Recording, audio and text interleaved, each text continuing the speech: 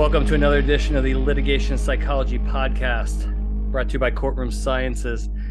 This is Dr. Bill Kanasky. This is one of the most exciting podcasts. I've been waiting for this for a while. We have a panel, and we're going to talk what I think is maybe the hottest topic right now, not just in civil litigation, but maybe just law as a whole. And that's the topic of artificial intelligence. The topic of AI is all over the place in multiple industries, but particularly the legal industry. If all of our listeners that have LinkedIn accounts and you've been watching the posts, you're going to see something about AI multiple times a day. And I've talked to a lot of attorneys about this, and if I've talked to 100 attorneys, I've gotten 100 different opinions. So today's podcast is going to talk about AI, its probable or likely effects on particularly litigation, particularly in the defense bar. I got 3 defense attorneys with me, and I'm gonna introduce this like you guys are on the basketball team, an all-star team right here. And I'm gonna start representing the University of Miami out of South Florida, Mr. Gene Kissane from Cole Scott Kissane. Gene, how are you? He's showing Doing the U. Great. He's showing the U. Thank you for coming on. A little ACC, and let's stick with the ACC, representing North Carolina State University guard John Nunnally from the Ragsdale Liggett firm. John, always a pleasure to have you on. And now he's going to make his. I don't know what is that the wolf pack? Yep. I don't know. I have other names from that, being a Tar Heel, but we'll just leave it. What's at yours? that. Is that yours? I'm not going to do the upside down U, right? And finally, to round out this all-star panel, out of the SCC, we do have a member out of the SCC representing Auburn University, Mr. Billy Davis, transportation lawyer from Bovis out of Atlanta. How's it going, Billy? Great. Thanks for having me, Bill, and War Eagle. Here we go. It's already on. So, like I mentioned in the intro, I have talked to a lot of people about this, a lot of attorneys, a lot of firms, and quite frankly, it's pretty much split down the middle. I've talked to a lot. I did a CLE last week in Omaha to a really prominent defense firm out there, and their whole attitude was, this is a big overreaction. I talked to some other law firms, and they're like, oh my God, we're going to have to lay people off eventually and fire all our paralegals because AI is going to take over the world.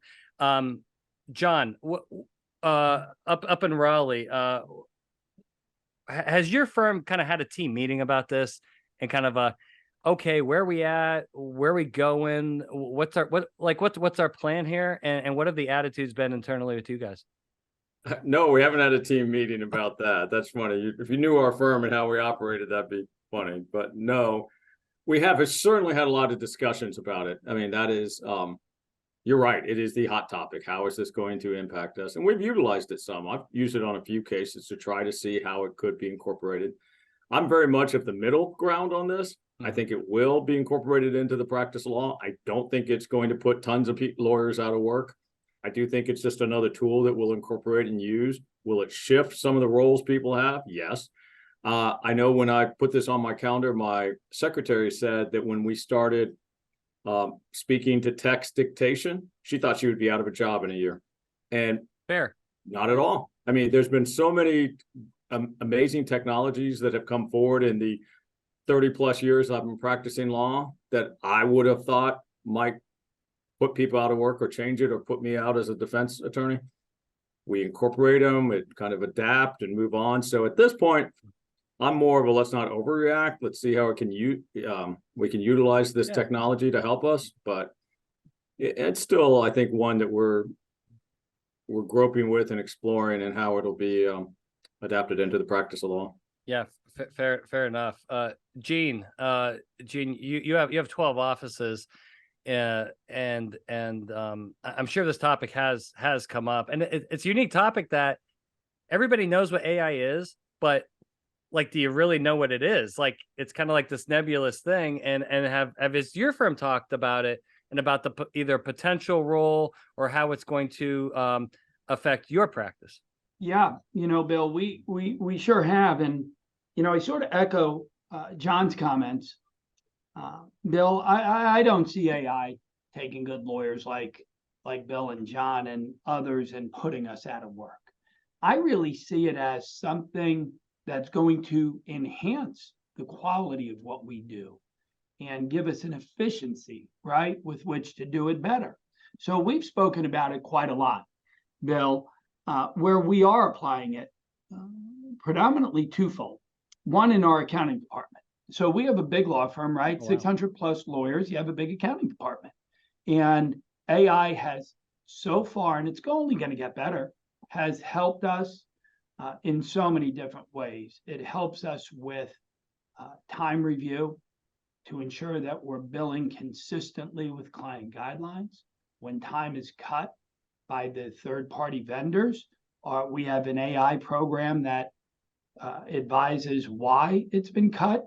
And not only that, Bill, but the AI program suggests, here's how you should describe your time. So we are using that. And then we're also using it, not a CSK infomercial, but post-COVID, we've now tried about 420 cases. So we're a trial firm, right? Yeah. So here's where we're using it. And I hope the listeners will do it because it's very beneficial. You have an expert, Dr. Jones. Dr. Jones testifies to whatever he or she testifies to. Use the AI to review 4 other depositions or 44 other depositions of Dr. Jones to find things like inconsistent positions, contrary testimony, Wow. or word search. So yeah, we are utilizing it. I think we're at the tip of the iceberg, but I do really echo John's comments. Lawyers are here to stay, in my very strong view. All right, Billy, same question to you. What's the word around your law firm? And have you, it sounds like Gene's actually jumped on this, particularly in the accounting department. Have you guys talked about it and maybe even played with it a little bit yet? Yeah, we haven't had a firm-wide discussion about it, but there are several lawyers at our firm who are sort of actively using and experimenting with ChatGPT in particular. Mm-hmm. The feeling I have, and I'm going to echo what John and Gene said, is I don't know that AI is going to replace lawyers, but I do wonder if lawyers who use AI are going to replace lawyers who don't. Oh, that's a good one. And look, I mean, you can liken it to all the other big technological advances that we've all seen over the last 20 years, right? I mean, the advent of computers getting better, right? I mean, I think all of us who've worked at larger law firms have seen how the tendency of lawyers sometimes to really hang on to old technology, right, and hesitant to upgrade. And so, look, that world is moving forward, and I think the lawyers who jump on the bandwagon are going to find themselves pretty secure. That the other issue that I find interesting is the efficiency issue, right? Because at least on the defense side of the equation, most of us are billing by the hour. And if AI lives up to some of its promises, that's going to mean, an incredible amount of efficiency in certain areas of the practice of law. And so that's going to put some pressure on the billable hour, I think, because now you're not necessarily getting the real value of your time. And so I think we're all going to struggle with what the answer to that question is. Does it mean the rate goes up a lot to compensate the lawyers for the loss of the time? Or, we're going to have to figure out how to share the efficiency, right? In any industry, when there's a development that allows all the parties and sort of the chain to capitalize on some efficiencies, I think there's like a war over who's going to own that efficiency, and we've got to figure out how we're going to capture at least a little bit of it for ourselves. Yeah, I have a whole topic set up for that in a couple minutes, so we're gonna take a deep dive into that one, Billy. Thanks for bringing it up. So about a week ago, John sent me a message on LinkedIn with an article which I wanted to discuss today, because I think it's really important, and I think this is kind of where it's going to start going. And I think it's going to be different from venue to venue. So John sent me the article, which it looks like it came out through a DRI link, where so there was this recent case in which an attorney, I believe, filed some documents with the court that's used ChatGPT, and the cases that were cited were non-existent, and that did not go over so well. Kind of a bad first step. And this article John, that you sent me said that a federal judge in Texas essentially it says required all attorneys before his court to certify that if they used AI to prepare filings, whether they did or not, and if so, to confirm any of the language prepared by the tool and was reviewed by a human for accuracy. John, how do you talk a little bit about that article and how the actual judges in each unique venue may actually make their own rules when it comes to AI? That's certainly a possibility, right? Yeah, I think that's definitely coming. I wouldn't be shocked if you see more certifications like that. Like we have some courts that require certifications as to word count that you can do or letter count. And I wouldn't be surprised if individual judges do something like that. But I will also say that article was enlightening. One, it's amazing that it just can make up cases. That would really help my practice a lot if I can make up a case and say what I want to say. I've got 10 cases that show my point here. Secondly, I think there's an overreaction. I mean, I've talked to some other attorneys being like, oh, see, it's not going to be that big a deal. And no, I just think it's evolving so quickly. You can't dismiss it as a future tool. Did it mess up in this case? Yes. But that's where I use it a little differently. I have used it some. Although Gene pointed out a fascinating use about depositions. I hadn't thought about that, or the billing part. I've used it for like outlines or motions or potential demand letters or complaints, just drafts. And what they give me, I'm very good at editing something, but I'm very hard to start the first few words of anything. Well, it'll give me something and I can look at it and go, well, that's crap. But it gives me an idea of where to take it, and I can start applying what I consider my expertise to it. But I don't have to invent the wheel. It gives me a starting point. Even if it's totally wrong, it's interesting and it gets me going. And so I could see that more so, especially for younger associates who are struggling to look, we have form banks and all where they look at other examples to get started with. I could see it getting going, or outlines of depositions, lots of ways it can be incorporated. Billy's absolutely right. The efficiency is going to be the big argument when you have something like, say, summarizing a deposition. When it gets good at it. That's what my paralegals do a lot of, and I get the medcrons from that. I could see them wanting to cut back pain for that. And I will tell you, for the 30 plus years I've been doing this, I have heard how the billable hour is going away and it'll be gone as insurance defense.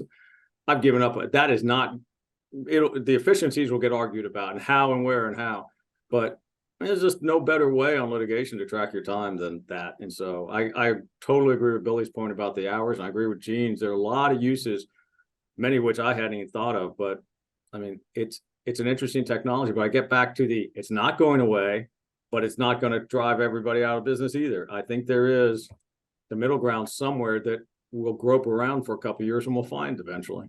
Yeah. Gene Kissane, what are your thoughts on this billable hour thing? Because when you start doing the math, right, if something that took one of your attorneys, typically took that attorney, say 10 hours, and now it takes 45 minutes, how do you settle that math with the client, number one? And then number two, have any of your clients talked about an expectation here for you to use this to be more efficient yet? So let me address number two. Bill, no, I've not had any dialogue, and I'm not aware of our firm having a dialogue with the client about the billable hour, efficiency, and an alternative model because of AI. Okay. Having said that, a couple of things come to my mind. Lawyers like John, Billy, and other quality trial lawyers, they're not going to be at a shortage of work ever in their careers. I sincerely believe that. In fact, post-COVID, I think most good trial lawyers will tell you they have perhaps enough or even too much work. So the question becomes, use the example, Bill, if you do a project that used to take 10 hours and now you can do it in whatever it is, 45 minutes, why is the billable hour going away? Now you're billing a 0.60 or a 0.70 as opposed to 10 hours. There's going to be plenty of other work to occupy that other 9-hour space. So I think the billable hour is here. Now, something that we've done and other firms have done successfully is think about efficiency and alternative billing. So for instance, Bill, what about that case that you assigned me, whatever we want to call it, a transportation, a med mal, or whatever, and I traditionally have billed hourly. What about allowing me to handle it for a flat fee? Doesn't matter what the flat fee is for purposes of this dialogue right now. Say the flat fee is $50,000. And with the assistance of AI, preparing, as John mentioned, at least an initial draft, or alternatively, the entire product that you'll edit, it may be a win-win, a win for your client who is moving away from the billable hour to a flat fee, and a win for the lawyers who can really achieve efficiency. That's an excellent point. Billy Davis, I've talked to hundreds of attorneys in the last 20 years, because most of what I do, 90% of what I do has always been flat fee. Where I know is with attorneys, it's usually hourly, and I've met some attorneys that have tried flat fees and it hasn't really worked out. Does the flat fee system? Are you just trading sets of problems? And have you guys talked about that and kind of wrap that into, is that maybe the only way to go if AI does take off? Because it's going to be hard to, I know Gene says there's a lot of work, but maybe that's not true for all firms. What do you think? I think I've experimented with a little bit of flat fee work in the past. And to John's point, right, the industry's gone through times where there's just all this buzz. It's all going to be alternative fee. In fact, my LinkedIn URL for my profile page is actually it's LinkedIn/alternative fee attorney. I thought it was really clever, like years ago when I was squatting on that title, and then nothing came of it, right? And so, I think the conversations are going to be really interesting, right? Because as Gene just talked about, well, hey, look, we're all busy. We got tons of work. So if it used to take you 10 hours, now it takes you half an hour. You'll fill in that gap with all the work that you have. But I think, if we take a closer look at how AI really works, right? I mean, I think it's easy to imagine that the AI is generating quality work product no matter who's operating the AI, right? And actually, it's garbage in, garbage out, right? So being skilled at prompting the AI for the right information, and then being skilled at evaluating the information has value to it, right? So simply, I think if someone were to make the argument, well, AI exists, and so now you need to get more efficient, end of story. I think that ignores a lot of the nuances of actually using the technology, right? And so that's where I would argue that we're going to have to come up with something that recognizes the fact that it's not simply AI end of story. It's like AI and good lawyers equals better efficiency, and we got to price that appropriately. Yeah, it's a very interesting discussion that is going to come up over. Let me interject on that as a prime example, because remember Westlaw, Lexis coming out? Yeah. I used to spend a ton of my time as an associate attorney shepherdizing. I was really good at it. The big books, the monthly updates, the weekly updates, all that. I thought, oh my God, what are any associates for, or interns, or summer clerks, or paralegals? And now I can push a button and tell the entire history on that like that. I still bill a lot for research, and I still bill a lot for looking at it. It's just different now. I'm looking at the case and analyzing it. So we have not wiped out the practice of law when that was a big part of my early practice of law. And it takes not even minutes, like you were saying, not from 4 hours to 0.6. It went from 4 hours to 15 seconds, and it has not wiped us out. So I think there's still, again, that's pretty radical technology that now we just incorporate every day and go on. I think Gene's got a good point. I mean, not to sing our own praises, but I think there is a lot of work, and I think the good attorneys will. I could see mediocre attorneys getting impacted by this, candidly, those attorneys who don't really do a lot of the thinking or the trial work, or just try and push paper. But even then, I think there'll still be a place there's so much work. Wow. Well, Gene, what do you think? And I'm not sure if you've talked to any judges, and anybody's welcome to jump into this question if you've had any interactions.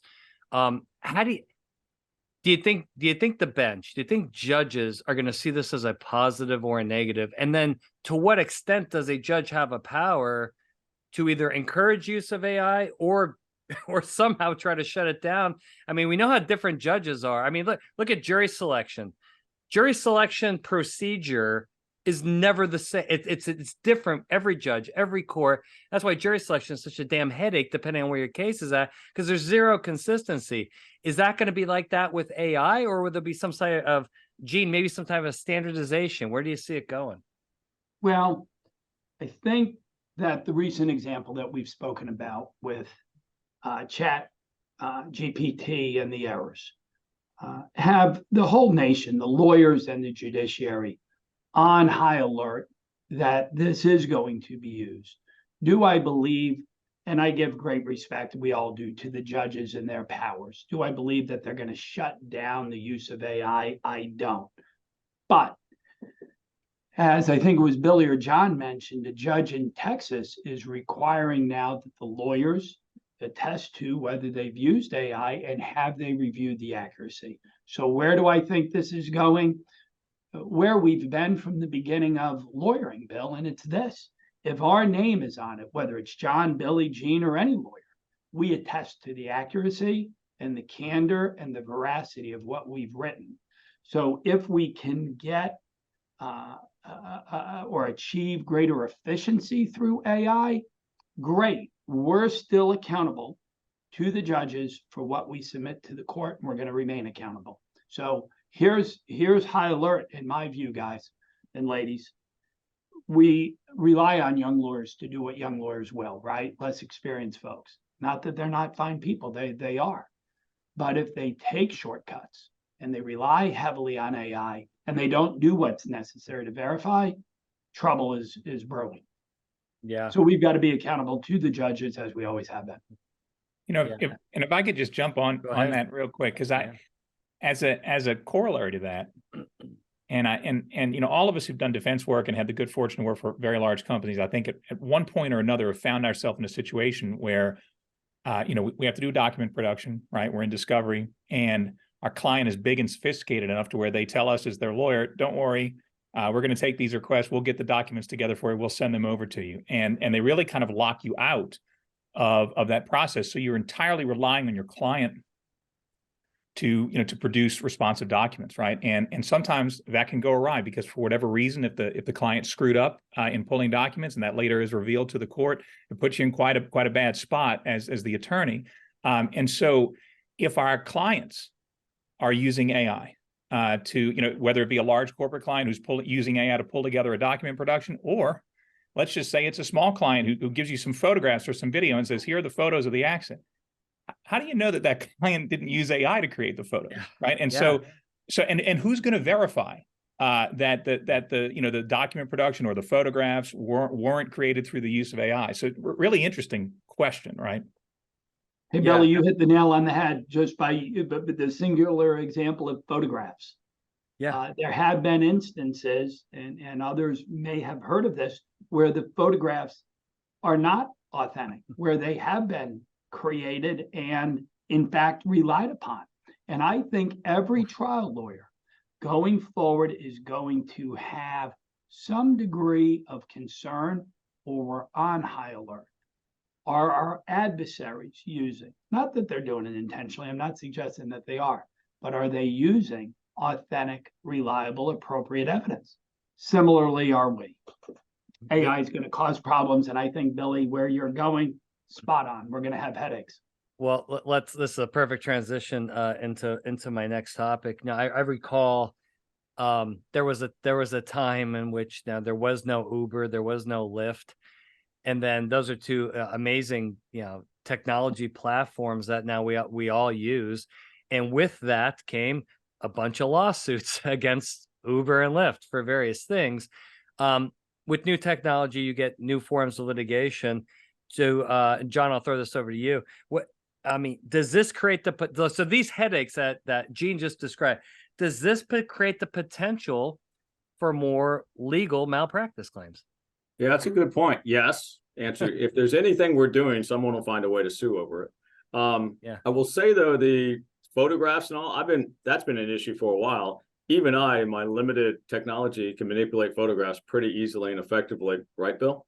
And so yes, I So- got the picture of Yeah. me with the NC State hat Yeah, on. Bill Thank was wearing you. NC. I got concerned about Bill at the World Series not having a cap on, so I just gave him an NC State cap. I thought it looked better than, you know. I deleted that picture immediately, and that shall not go on social. And it's not hard. It's easy. I did that for my phone in 30 seconds. And if I can do that, then you know what these kids with technology can do. So those problems that Gene pointed out are there. And I think Billy's absolutely right.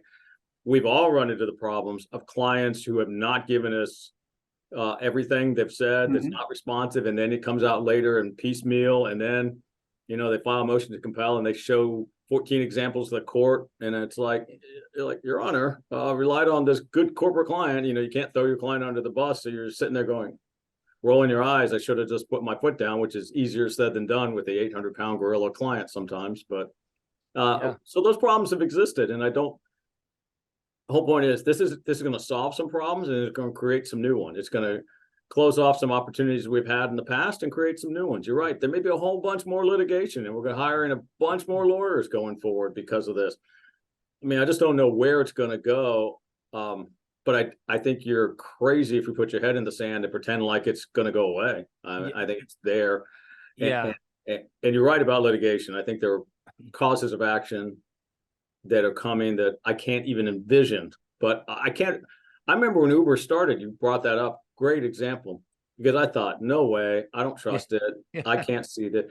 I live, eat, breathe, and die Uber now. I'm like, I can't even imagine otherwise. It is so transformative to our entire economy. And so will this be that big? I don't know. But it certainly will get incorporated in a lot more litigation. And I think Gene hit the nail on the head. And I think Billy's right. Those are both huge problems to see in the future. So Billy Davis, Atlanta. So I guess there's two ways that AI is going to grow here. Law firms themselves may decide, hey, we want to be on the cutting edge. Let's invest into this. Let's get our people trained, and we can use that as essentially a marketing pitch to our current clients to get more files and to potential clients in marketing. Or the opposite may happen. You may have clients saying, hey, we want to save on our legal costs. We're going to do this homework, and then we're going to force upon our panel counsel, hey, you guys are going to have to use AI to save us money. How do you see that going? And is it going to maybe even be a combination, just depending on who the client is and who the law firm is? Yeah, I would guess that maybe for some smaller, and I'm coming at this, Bill, from the defense side because that's the work that I do. But I would think that maybe some of the smaller firms will probably try and jump out and out in front and capitalize on it. But I think the risk there is you're making a gamble, right? On what is in fact going to be the go-to technology and what's going to be the best way to integrate it into your firm. I have a feeling, I just say this from experience of working at a few different law firms over the years, that your larger insurance defense are going to wait for their clients to tell them what to do. I mean, we're kind of used to operating under very specific client billing guidelines and instructions, and so I think that actually provides an incentive, frankly, to wait and see what the client's going to ask for. Yeah, that's it. It's going to be interesting to see what happens here. And also depending upon if it's an insurance carrier versus a corporate client, I could see some differences there. John, do you think that as AI develops, and we're talking about all these efficiencies that it may create, do you think that this just inherently gives the plaintiffs bar more advantage because they're more efficiency based to begin with? Good question. I don't know. They do seem light years ahead of us anyway. So I mean, I know I went into a deposition one time and the plaintiff's attorney was so well prepared. I was impressed. And he said he spent 6 weeks getting ready for that deposition. I was like, wow, to have that kind of luxury. So yes, I can see plaintiff's attorneys trying that and having the resources to try and utilize these for lots of things. I mean, like Gene said, analyzing a bunch of depositions and other testimony that may have happened from defense experts and witnesses and these companies, but they share so much already. Hopefully this might actually level the playing field a little more for the defense attorneys to go through and get some of those. It is a great question. I'm not sure to answer your question there at all. That is, well, I want to talk to Gene about this too. I mean, we all know, listen, we're always very candid here on the Litigation Psychology podcast. The plaintiff's bar is highly sophisticated. They communicate really well. I just had Joe Freed on my show last week, trucking attorney, right there in Billy's town in Atlanta. Great guy, by the way. And he said, I mean, he said on my podcast, which we're going to publish here in a couple of weeks, he said that, you know, after a corporate rep deposition gets taken, he said the rough draft of that transcript spreads across the country to plaintiff firms and has arrived at its destination before the defense attorney pulls in his or her driveway. That's how coordinated they are, and they share information. I'm assuming, Gene, if the plaintiff's bar starts to get this to work for them, they're going to share the secret sauce, the magic formula. And if the defense isn't doing, doesn't that make the gap even bigger? Well, there's no doubt about it. They'll certainly will. And a couple of guarantees that we can make to one another is the plaintiffs are doing it. The plaintiffs are going to do it. They're not going to spare any expense, and they're going to do it to win. And unless we on the defense are, one, willing to invest the money, meaning our clients, the insurance companies, two, be willing to effectively master this AI and how can we use it and have the appropriate professionals to assist us, the plaintiffs will smoke us. I totally agree. John, I know you're very active in DRI. I haven't looked at many of the kind of the menu of their seminars. Is DRI or other groups that you know of on the defense actively making this a topic at conferences? Because that'd be the only way to distribute this type of information amongst the defense. Have you heard anything like that? Oh God, yeah. In fact, it's so funny. I must have gotten 3 emails this morning about AI related CLEs coming up in the next few weeks. I mean, and not only DRI, lots of them. They're all, like you said, this is the hot topic, and it is a real question of how it's going, what's going to happen to the future of law firms or being integrated. But I think Gene's right. This will just widen the gap. Even if it helps us on some area, the plaintiff's bar will exploit it even more. And that's part of when we were offline for a while, we were talking about that the plaintiff's bar has just, by the defense insurance companies trying to cut costs so much, they've just widened the gap that much more. Instead of being able to have, a younger attorney shadow me at trial and get the bill for that time, they've got to keep up with their billable hours. It's harder for them to get it if the insurance company is going, we won't pay for 2 to do this, or we won't pay a reduced rate or we won't pay for travel. It's nickel and diming it to the point that it widens the gap more and more. I'm amazed we've kept the gap as narrow as we have. And I think that's a testament to a lot of good defense attorneys who work really hard and keep it that way in good trial. And knock on wood, I've had good trial results, but I also am realistic enough to know what's out there and what could happen. I want to get back to something that Billy said. There was a really good point about adopting stuff. I remember there was another friend of mine 25 years ago remember when they shifted all the law books and all the treatises to CDs, and he started subscribing to all of those. And I was like, God, that seems like a lot of work. And then like a year or 2 later, it was all online. And I thought, what a bunch of work and effort that was. So I'm kind of like, I agree with Gene. I'm going to wait and see where the technology goes before I jump all in. He's giving me some interesting apps and all. I just don't want to be, when VHS technology came along and the fight with beta, I don't want to get beta. I want to make sure I'm on the VHS side of the battle going forward. That's an incredible point, because I remember it's like, I used to have this amazing DVD collection, which I just pretty much gave away. And I don't own a DVD player. I can't find a DVD player. Thank you, Netflix, right? It's amazing how fast it changes. And it makes you wonder, if you go all in on something, how do you know in 2 years something better, right? So it's maybe it's a buyer beware. And I think there's going to be a lot of competition. Here's what I see. I see probably a lot of competition of some type of firm that builds this for guys like you, for law firms, right? And you're going to be sitting there one day, probably listening to presentations saying, boy, which vendor do we go with? It'll be like a new vendor for you to try to manage some of this stuff. And it's who knows what's going to happen. Last question, then I want to wrap up with something. Billy, in transportation, I'm curious because I just wondering this. Have any of your clients in the transportation industry started using AI to help their businesses? And have you seen any of that in the transportation industry to make, for example, the trucking company be more efficient? All I've seen of that, Bill, is really just at really high levels, and the kind of stuff you might see if you're scrolling through your LinkedIn feed, right, or reading the industry news. For the folks that I work with, and especially in the context in which I work with them, right, is I'm defending them against a lawsuit. I haven't seen AI creep in on anything that I'm working on yet, but I suspect it's around the corner.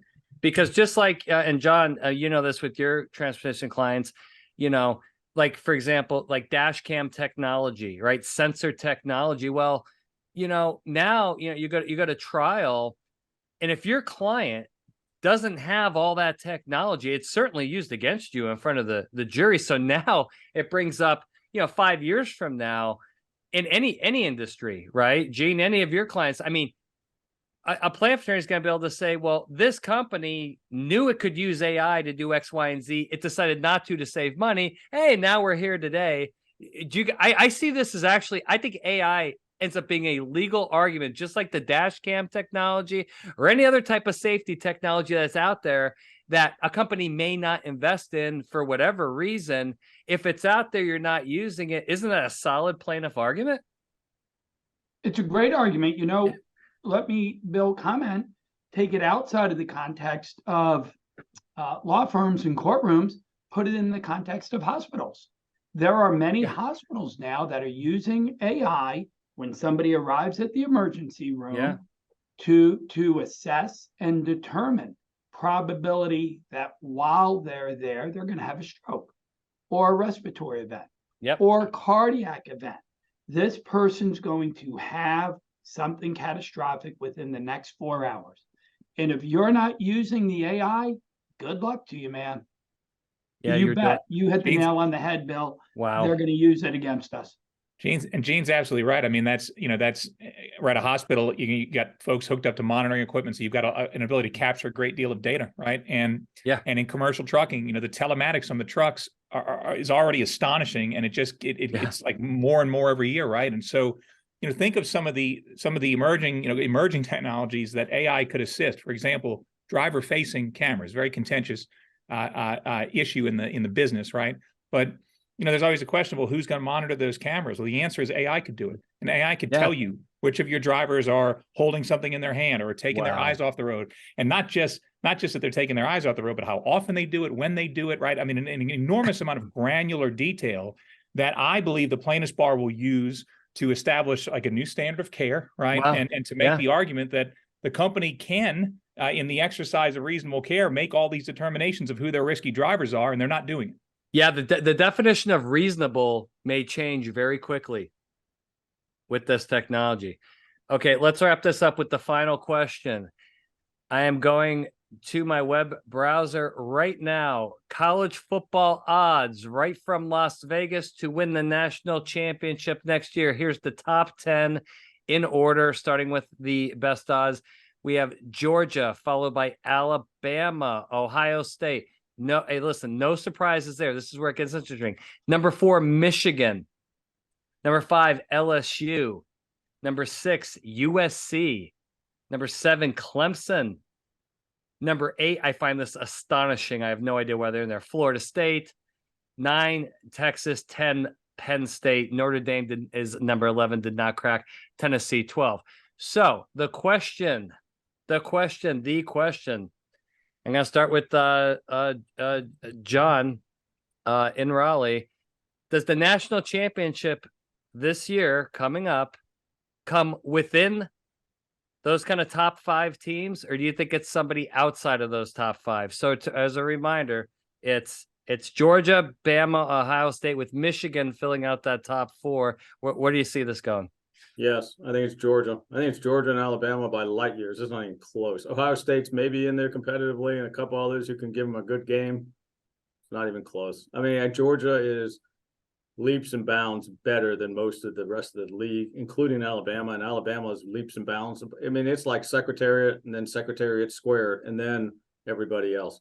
It's really gotten out of hand on the disproportionate basis. And with this NIL money and Georgia bringing in people and Alabama paying $1 million for people to come in, including several 100,000 good walk-ons, it is such a disparity now. It's not even funny. And if it's anybody but Alabama or Georgia, or Ohio State, I'll throw them in because they're pretty good. If it's anybody other than them, I'll be shocked and pleasantly surprised that anybody could compete on the playing field with that. Well, let's go to Atlanta, Georgia, and Billy Davis, who's an Auburn grad, by the way, but he's surrounded by a bunch of Bulldogs in Atlanta. Billy, is the national champion kind of coming from those top five, or do you see an outsider sneaking in, like a TCU snuck in last year, just weren't able to get the job done? Yeah, how'd that work out? yeah. The Georgia just scored again. Yeah. So well, I looked for a little help, Bill. I actually just asked ChatGPT to tell me, and it told me that it can't. Believe it or not, we stumped ChatGPT. So wow. I'm not going to say Alabama, of course. And No. so being in the great state of Georgia, I'm putting my money back on Georgia again. I think they look fantastic, and I hope they'll pull it out again. Wow, 2 votes for Georgia. Gene, here you go. You got a big. Well, first, Gene. First of all, how appalled are you that Florida State made the top 10 in Vegas? Well, you know what? They're talking them up like they're Alabama. They haven't done anything. They haven't done anything in 15 years. Yeah. What's up with this Florida State stuff? I don't understand. I don't get it. I think they're looking at Florida State. They've got an experienced quarterback. He did come back. He did come back to school. Yeah, and they've got a really, really good running back. I don't know enough about him, but I'll tell you what, listening to John and Billy, who are great trial lawyers, these guys know their college football analysis. But I'm going to give you a dark horse. You're going to like it, Bill. I agree that, look, it's Alabama and Georgia's world. And I also agree NIL and, the Jimmies and Joes over the X's and O's, right? And Alabama and Georgia have them. I'm going to give you a dark horse. Oh, boy, here we go. Their quarterback is a young man. I think his name is Drake May. And there we go. The coach is a proven winner. So I'm going to give you guys the University of North Carolina at Chapel Hill Tar Heels. He was a proven. Remember back in the 1920s when he won lots of games? Remember that? Okay, so now John Nunnally's appalled. I'm shocked. I avoided saying, NC State, because I know better. Gina, I'm not sure if whatever medication you're taking, I'm not sure if you took one too many pills before the podcast. If you really believe that may be one to go to Vegas and put some money on. Because right now, the odds of them winning the national championship or maybe, maybe I'm getting Bill a little excited there. I do know this, though. Mac Brown can coach a football team, right, guys? And they got this kid, Drake May. I would have agreed with you back in the 80s. And the 90s. I don't know about now, but.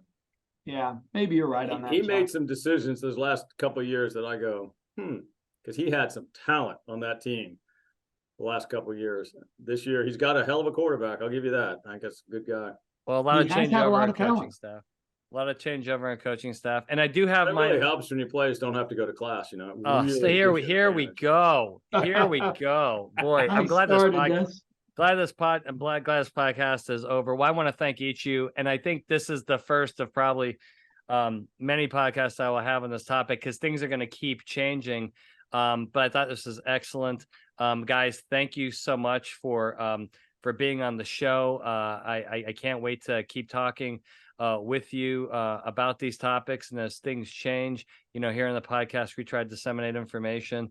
And this is it's a fascinating topic that's not going away anytime soon.